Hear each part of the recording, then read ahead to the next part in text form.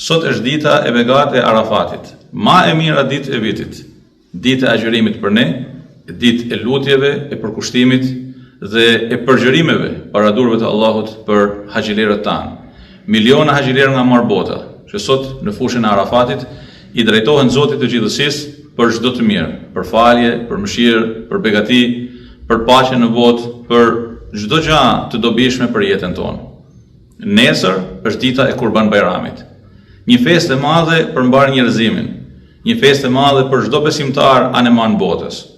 Kurban Bayrami, që ka në thelb për kushtimin e Hazreti Ibrahimit a.s. Ai është personazhi i kësaj feste dhe i kësaj ngjarje të mrekullueshme, që na lidh për herë më tepër me besimin në Zotin një dhe në rrugët që shpihen drejt përkushtimit legjitim në hak të Zotit tonë. Aty është Hazreti Ismaili a.s., një djalë i vogël, i cili i përgjigjet babës së tij, kur i tregon për një urdhër, për një ftesë nga Zoti i gjithësisë, dhe babë e birë bahen gati për të bërë një akt sublim në hak të Zotit.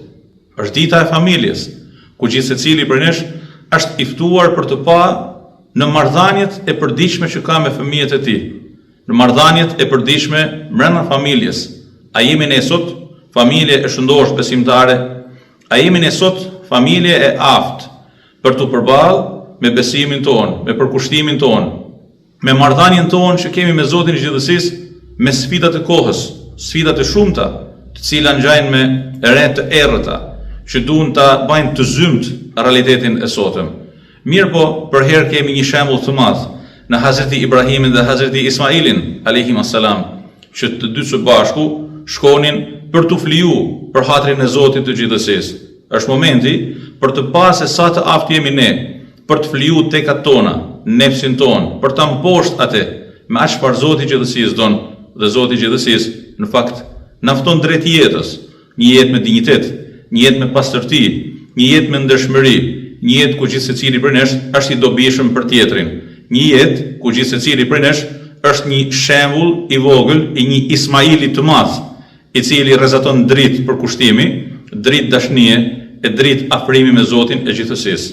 Lutej me zemër për haxhilerët tanë. Allahu Azza wa Jall ja lehtësoft haxhin e tyre. Allahu Azza wa Jall i pranoft lutjet e tyre, e lutemi për njëri tjetrin, e bashkëpunojmë me njëri tjetrin për ta bërë jetën tonë më të bukur, mi shembujt e Hazreti Ibrahimit, Hazreti Ismailit dhe shembullit perfekt të Hazreti pejgamberit tonë alayhi salatu wassalam.